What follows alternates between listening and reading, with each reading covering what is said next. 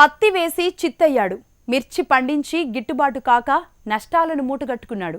సాగులో నష్టాలే తప్ప ఆదాయం కనబడకపోవడంతో దిగాలు పడ్డాడు. తోటి రైతుల్లా చేసేదేమీ లేక ఆత్మహత్య చేసుకోవాలి అనుకోలేదు. ముందడుగు వేశాడు. వ్యవసాయ అనుబంధ రంగమైన పాడి పరిశ్రమ వైపు అడుగులు వేశాడు.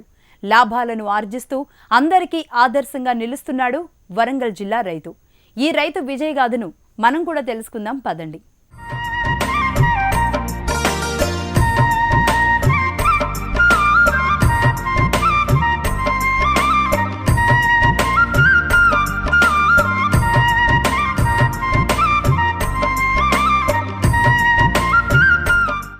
వరంగల్ అర్బన్ జిల్లా భీమదేవరపల్లి మండలం ముల్కనూర్ గ్రామానికి చెందిన యువ రైతు సదానందం.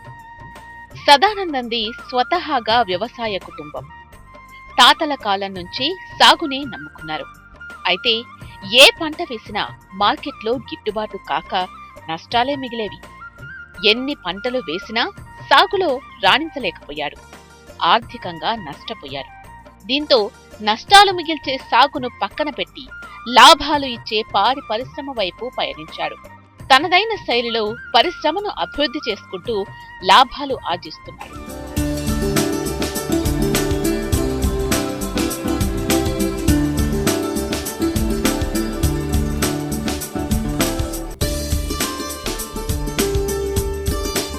కేవలం లాభార్జనకే కాదు, గోవులను సొంత పిల్లల్లా కంటికి రెప్పలా చూసుకుంటున్నాడు ఈ రైతు.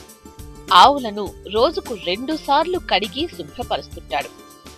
15 రోజులకు ఒకసారి ఎలాంటి వ్యాధులు రాకుండా డాక్టర్తో పరీక్షలు నిర్వహిస్తాడు. దాణా విషయంలోనూ జాగ్రత్తలు తీసుకుంటున్నాడు. ఏది పడితే అది దాణాగా ఇవ్వకుండా పత్తి చెక్క, పెసరపొట్టు, తౌడు వంటివి దాణాగా పెడుతున్నాడు. ఇలాంటి జాగ్రత్తలు తీసుకున్నట్లయితే ఆవులు ఆరోగ్యంగా ఉండడమే కాదు, పాల దిగుబడి అధికంగా ఉంటుందంటున్నాడు ఈ రైతు. మాది వ్యవసాయ కుటుంబం పురాతనం నుంచి చాలా సంవత్సరాలుగా పత్తి పంటలు వేయడం వలంగా నష్టపోవడం జరుగుతున్నది. మిర్చి పంటల వలంగా నష్టపోవడం జరుగుతున్నది. గిట్టుబాటు ధరలు లేక చాలామంది రైతులు ఆత్మహత్య చేసుకోవడం చాలామందిని నన్ను కలిసివేసింది. నాకు కూడా నష్టాలు జరిగితే నేను సంప్రదించగా ఒక డాక్టర్ మొండయ్య గారిని సంప్రదించగా పాడి పరిశ్రమకు ప్రోత్సాహం మనకు చాలా మట్టుకు చెప్పడం జరిగినది. ఇది లాభాల సాటిగా వస్తుంది కష్టపడితే. ఆవులు తీసుకోవడం జరిగినది. దాని వలంగా క్రమక్రమేణా అభివృద్ధి జరుపుకుంటూ వస్తుంటే అవే ఒకటి తర్వాత ఒకటి చిన్న లేగలు కూడా ఈ రోజున ఆవులై దాదాపుగా 10 ఆవులు ఉన్నవి, 3 గేదెలు ఉన్నవి. ఇవి రోజుకు నేను దాదాపుగా రోజుకు 50 లీటర్ల నుంచి 60 లీటర్ల దాకా వస్తున్నాను. నెలకు 60,000 నుంచి 50,000 నుంచి 60,000 సుమారు ఆదాయం రావడం జరుగుతున్నది. ఇటు ఆదాయానికి పోను ఖర్చు దాన కానీ, తవుడు కానీ, ఇలాంటి మక్కపిండి కానీ, మినరల్ మిక్చర్, కాల్షియం కానీ ఇలాంటి పోను దాదాపు 25,000 తీసేసినా కూడా దాదాపు నెలకు 30-35,000 నుంచి ఆదాయం లాభసాటిగా జరుగుతున్నది. దీని వలంగా ప్రతి రైతుకు నేను చెప్పేది ఏంటంటే ఇలా చేసుకుంటే బాగుంటుంది.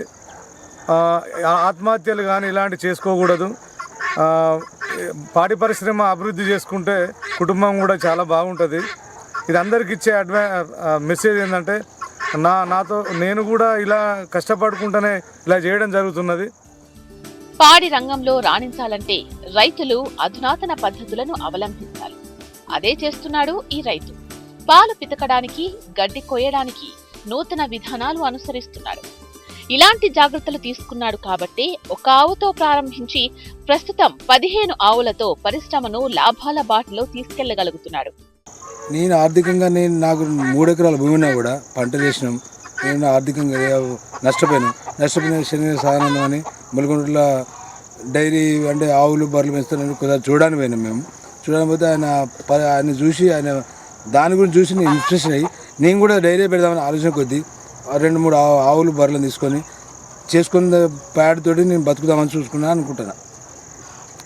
గారి బర్రెలను, ఆవులను ఆయన చేసే కష్టాన్ని, వాళ్ళు చేసే పనిని బట్టి నేను కూడా ఈ రంగా నష్టపోయిన 3 ఎకరాల భూమిలో పంటలు నష్టపోయినాక ఆయన ఇన్స్పిరేషన్ కొద్దీ నేను బర్రెలను తీసుకొని, ఆవులను తీసుకొని పెంచుకొని ఆర్థికంగా ఇంత నా పిల్లలకు నేను చదువుకుంటాను ఉద్దేశంతో ఆయన ద్వారా నేను నేర్చుకునేది ఏంటంటే నేను కూడా 4-5 బర్రెలు తీసుకొని ఆయన లెక్క చేసుకొని బతుకుదామని ఆలోచన.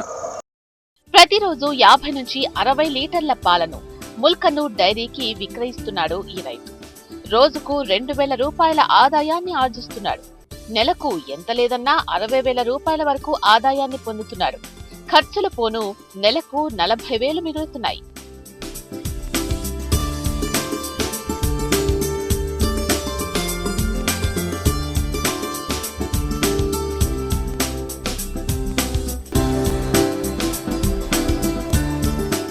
సాగులో నష్టపోయామని రైతులు నిరుత్సాహపడకుండా పాడి పరిశ్రమ వైపు అడుగులు వేయాలని ఈ రైతు తోటి రైతులకు సూచనలు ఇస్తున్నాడు. అందరికీ ఆదర్శంగా నిలుస్తున్నాడు.